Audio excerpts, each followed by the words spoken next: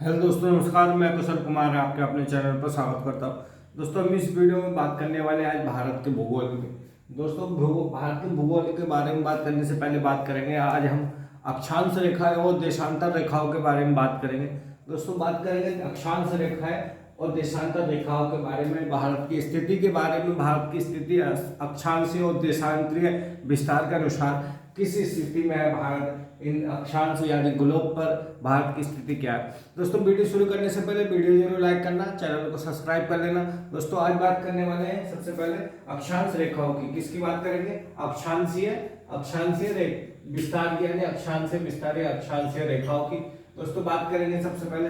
दोस्तों, ये ग्लोब में भारत की, अगर ग्लोब की बात की जाए तो भारत पृथ्वी को दो भागों में बांटा, ग्लोब को दो भागों में बांटा गया, मतलब पृथ्वी को दो भागों में बांटा गया, उत्तरी गोलार्ध तथा दक्षिणी गोलार्ध। किसमें बांटा गया? उत्तरी गोलार्ध मतलब उत्तर की तरफ जो है, और दक्षिण गोलार्ध जो दक्षिण की तरफ का जो भाग है उसको बोला जाता है दक्षिणी गोलार्ध या उत्तरी गोलार्ध। दोस्तों, इसके बीच की जो रेखा है उसको बोला जाता है 0 डिग्री। क्या बोला जाता है? 0 डिग्री या भूमध्य रेखा। 0 डिग्री या भूमध्य रेखा या फिर विषुवत बोला जाता है। क्या बोला जाता है? जो ग्लोब को दोस्तों बांटा गया है लगभग 197 इसके जो भाग है ग्लोब, जो अक्षांशीय रेखाएं हैं उसमें टोटल 169 अक्षांशीय रेखाएं हैं। कितनी? 169 अक्षांश रेखाएं हैं। 180 यानी 0 डिग्री जो अक्षांश रेखा है उसको माना जाता है, 0 डिग्री अक्षांश रेखा को माना जाता है विषुवत रेखा या भूमध्य रेखा। क्या माना जाता है? भूमध्य रेखा या विषुवत रेखा। इसको 0 डिग्री अक्षांश रेखा बोलते हैं। क्या बोलते हैं इसको? 0 डिग्री अक्षांश रेखा। 0 डिग्री अक्षांश रेखा से ऊपर के भाग को बोला जाता है उत्तरी गोलार्ध, दक्षिण के भाग को बोला जाता है दक्षिणी गोलार्ध। 0 डिग्री अक्षांश से नीचे के भाग को बोला जाता है दक्षिणी गोलार्ध। 0 डिग्री अक्षांश रेखा से ऊपर के भाग को बोला जाता है उत्तरी गोलार्ध। दोस्तों, पृथ्वी को दो भागों में बांटा गया, उत्तरी गोलार्ध और दक्षिणी गोलार्ध। दोस्तों, जो पृथ्वी का सबसे दक्षिण का पॉइंट है उसको बोला जाता है दक्षिणी ध्रुव, और पृथ्वी का सबसे ऊपरी भाग है उसको बोला जाता है उत्तरी ध्रुव। क्या बोला जाता है? उत्तरी ध्रुव। दोस्तों, बात करते हैं कि जो पृथ्वी जो भूमध्य रेखा है या विषुवत रेखा है, इससे ऊपर 23.5 डिग्री जो अक्षांश है, 23.5 डिग्री अक्षांश जो है, 23.5 डिग्री, एक मिनट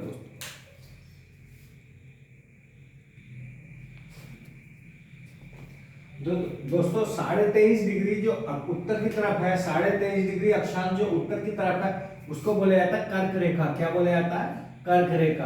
और दोस्तों, 23.5 डिग्री 0 अक्षांश से नीचे की तरफ जो है उसको बोला जाता है मकर रेखा। क्या बोला जाता है? मकर रेखा।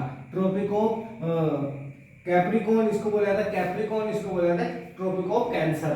कर्क रेखा 23.5 डिग्री उत्तरी अक्षांश में है और 23.5 डिग्री दक्षिण की तरफ जो है, दक्षिणी गोलार्ध में जो है उसको बोला जाता है दोस्तों मकर रेखा। दोस्तों, ये डैश करके जो है ये अक्षांश वृत्त है। क्या? अक्षांश वृत्त। दोस्तों, अक्षांश वृत्त जो होते हैं वो पृथ्वी पर जो पृथ्वी के चारों ओर जो उत्तर से, जो पृथ्वी के चारों तरफ पूरब से उत्तर की तरफ, पूरब से पश्चिम की दिशा में एक काल्पनिक रेखा जो खींची गई है, ये पूरब से पश्चिम की तरफ जो काल्पनिक रेखाएं खींची गई, इन्हें ही जो विषुवत वृत्त के जो समानांतर है, जो पूरब से पश्चिम की तरफ विषुवत वृत्त से समानांतर जो अक्षांशीय रेखाएं खींची गई है डैश करके, इन्हें ही अक्षांशीय वृत्त बोलते हैं। क्या बोलते हैं? अक्षांशीय वृत्त। दोस्तों, इनकी संख्या, कुल अक्षांश रेखाओं की संख्या जो है 179 है। कितनी है? 179। दोस्तों, एक तो हो गई ये विषुवत रेखा वाली, और 89 विषुवत रेखा से ऊपर और 89 विषुवत रेखा से नीचे। टोटल 179 अक्षांश रेखाएं पृथ्वी को भागों में बांटा गया। पृथ्वी को जो अक्षांश रेखाएं हैं वो टोटल 179 अक्षांश रेखाएं हैं।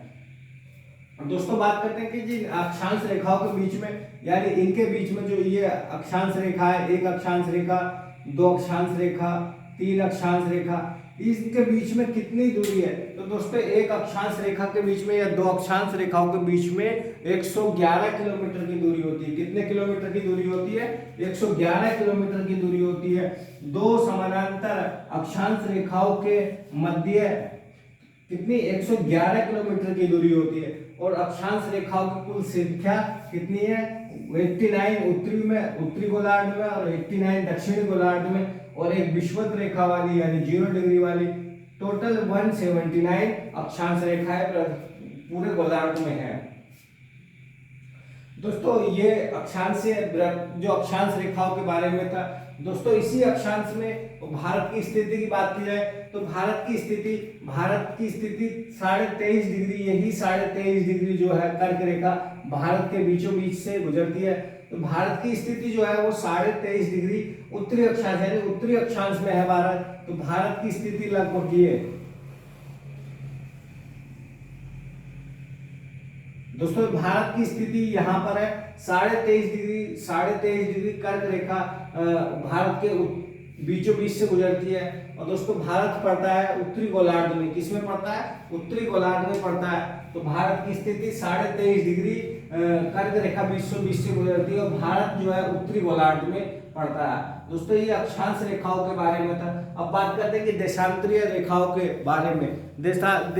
दोस्तों देशांतरीय रेखाएं होती क्या है? तो देशांतरीय रेखाएं जो होती हैं वो यानी जो देशांतरीय रेखाएं जो होती हैं वो ध्रुवों से, इससे ध्रुवों से, जैसे कि ये ध्रुव दक्षिणी ध्रुव, ये ध्रुव उत्तरी ध्रुव बोला जाता है। इनको क्या बोला जाता है?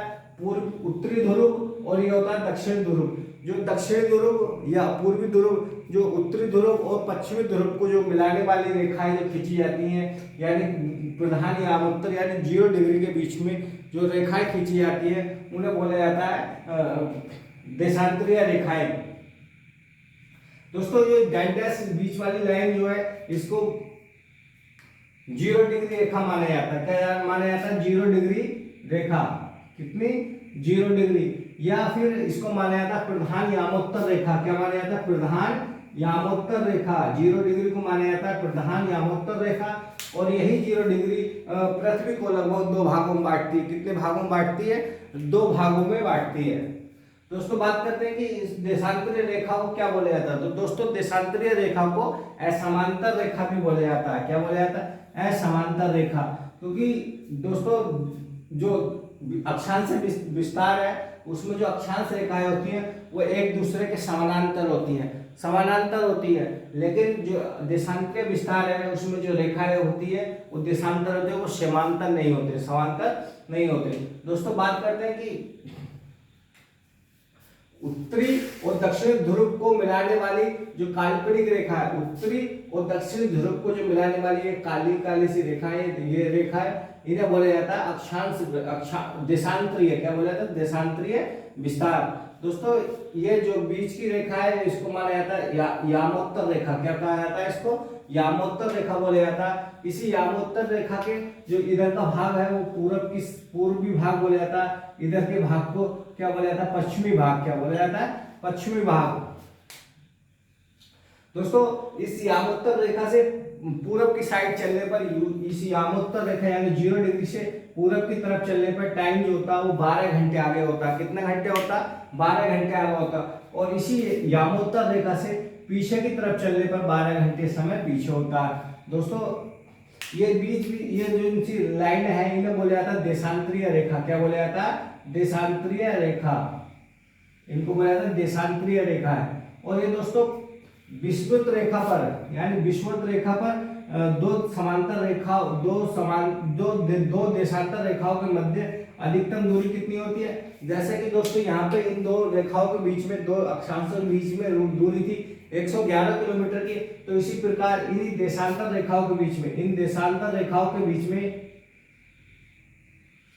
की बीच की दूरी जो है वो दोस्तों 111.33 किलोमीटर है। कितनी? 111.33 किलोमीटर इनके बीच की दूरी है। 111.33 किलोमीटर की दूरी है इन देशांतरीय वृत्तों के बीच की।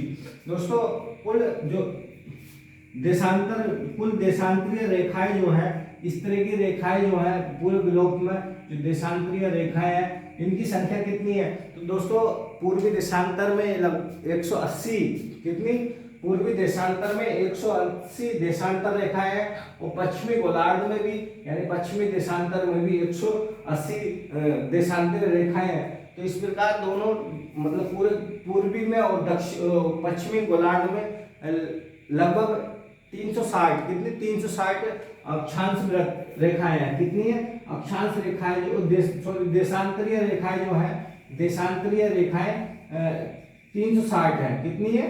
360 है। दोस्तों बात करते हैं कि 180 डिग्री पूर्वी और 180 डिग्री पश्चिमी देशांतर में समय का अंतर कितना होता है?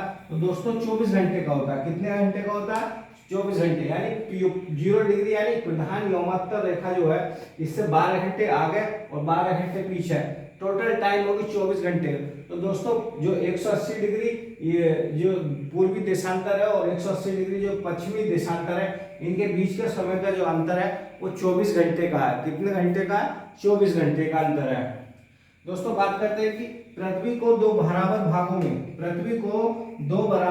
में विभाजित करने पर, पृथ्वी को दो बराबर भागों में विभाजित ये जो प्रधान व्योमोत्तर रेखा है, क्या प्रधान व्योमोत्तर रेखा जिसको 0 डिग्री बोला जाता है, ये पृथ्वी को क्या करती है? 2 भागों में बांटती है। कितने भागों में बांटती है? 2 भागों में बांटती है। दोस्तों अब बात करते हैं कि जो देशांतरीय विस्तार है, देशांतरीय विस्तार जब पश्चिम से या उत्तर से दक्षिण की तरफ आता है तो इनकी देशांतर रेखाओं के बीच की दूरी जो है बढ़ जाती है। क्या बढ़ जाती है? जैसे कि यहाँ से आएगा बीच की दूरी, तो इनके बीच की दूरी क्या होगी? बढ़ेगी। इनके बीच की दूरी बढ़ेगी। और जबकि अक्षांश विस्तार में इनकी दूरी पर कोई प्रभाव नहीं पड़ता, ये क्योंकि समानांतर जाती है, ये जाती है ढाल की तरफ इस तरीके से, तो इनके बीच की दूरी जो बढ़ती जाती है, कम नहीं होती है। इसमें नहीं कम होती है नहीं बढ़ती है, यानी इक्वल रहती है। दोस्तों बात करते हैं कि ध्रुवों से विषुवत रेखा की और देशांतर रेखा के मध्य दूरी वृद्धि होती रहती है। यानी यहाँ से ध्रुवों से अगर देशांतर इसकी तरफ चलेंगे, देशांतर रेखा की तरफ, तो इनकी बीच की दूरी क्या है? वो बढ़ती चली जाएगी। कहीं कम होगी, कहीं ज्यादा होगी, इस तरीके से। यहाँ पर देखो ज्यादा है, यहाँ कम है, लेकिन इनका जो बीच की पॉइंट है वो 111.33 किलोमीटर है। कितनी? 111.33 किलोमीटर है। दोस्तों बात करते हैं कि भारत कौन से देशांतर में स्थित है। तो दोस्तों भारत जो है वो पूर्वी देशांतर में स्थित है। कहाँ पर है? पूर्वी देशांतर में स्थित है। और भारत की स्थिति जो है वो 97 डिग्री और 37 डिग्री 4 मिनट से 37 डिग्री 4 मिनट से 97 डिग्री 25 मिनट पूर्वी देशांतर में है। तो भारत की स्थिति 37 डिग्री 37 और 97 डिग्री पूर्वी देशांतर के बीच में भारत की स्थिति है।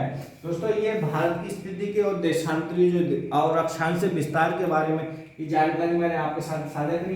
दोस्तों वीडियो अच्छी लगी तो वीडियो जरूर लाइक करना और चैनल को सब्सक्राइब कर लेना। धन्यवाद।